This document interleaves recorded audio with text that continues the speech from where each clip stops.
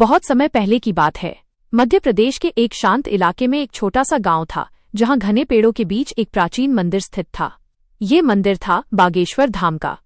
कहा जाता था कि यहाँ स्वयं हनुमान जी की विशेष कृपा रहती है। गांव के लोग इस मंदिर को बहुत श्रद्धा से देखते थे, लेकिन पहले यह जगह इतनी प्रसिद्ध नहीं थी। मंदिर छोटा था, आसपास साधारण सी बस्ती थी और रोज केवल कुछ ही भक्त दर्शन करने आते थे। लेकिन फिर एक ऐसी घटना हुई जिसने इस स्थान को दूर दूर तक प्रसिद्ध बना दिया। गांव में एक गरीब किसान रहता था। उसका नाम था रामू। वो बहुत मेहनती था, लेकिन उसकी जिंदगी में परेशानियां खत्म ही नहीं होती थीं। कभी फसल खराब हो जाती, कभी घर में बीमारी आ जाती। एक दिन उसकी छोटी बेटी बहुत बीमार पड़ गई, यहाँ तक कि गांव के वैद्य ने भी हाथ खड़े कर दिए।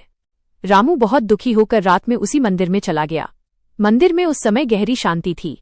केवल एक दीपक जल रहा था और हवा में घंटियों की हल्की सी आवाज गूंज रही थी। रामू रोते हुए हनुमान जी के सामने बैठ गया और बोला, हे प्रभु, मेरे पास अब कोई रास्ता नहीं बचा। अगर आप चाहें तो मेरी बेटी को बचा सकते हैं। रोते रोते वो वहीं सो गया। रात के अंतिम पहर उसे एक अद्भुत सपना आया। सपने में उसने देखा कि एक तेजस्वी साधु मंदिर के अंदर खड़े हैं।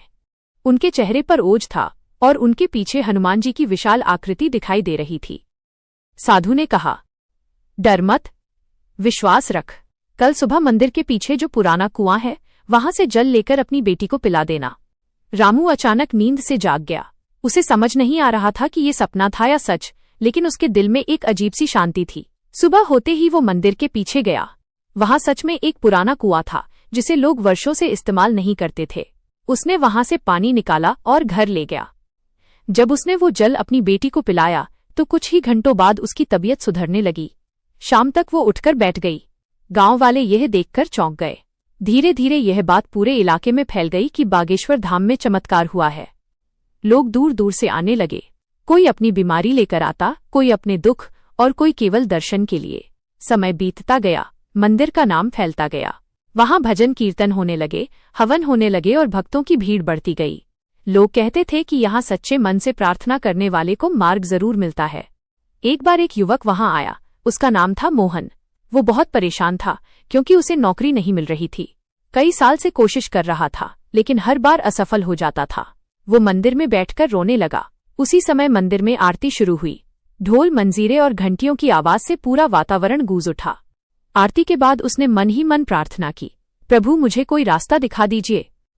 उस रात उसे भी एक सपना आया।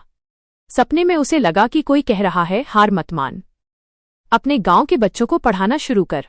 मोहन ने अगले दिन से ही गांव के बच्चों को पढ़ाना शुरू कर दिया। धीरे धीरे उसकी मेहनत रंग लाई और कुछ ही सालों में वही छोटा सा प्रयास एक बड़ा स्कूल बन गया। मोहन समझ गया कि कभी कभी भगवान सीधे चमत्कार नहीं करते, बल्कि हमें सही रास्ता दिखा देते हैं। इसी तरह कई लोगों की कहानियां बागेश्वर धाम से जुड़ी हुई हैं। कोई कहता है कि यहाँ आकर उसे जीवन का नया रास्ता मिला, कोई कहता है कि उसकी समस्या का समाधान हुआ। लेकिन इस धाम की सबसे बड़ी शक्ति एक ही मानी जाती है, श्रद्धा और विश्वास। आज भी जब शाम होती है और मंदिर में आरती शुरू होती है, तो हजारों दीपकों की रोशनी से पूरा परिसर जगमगा उठता है। भक्तों की आवाज गूंजती है, जय श्री राम, जय बजरंगबली।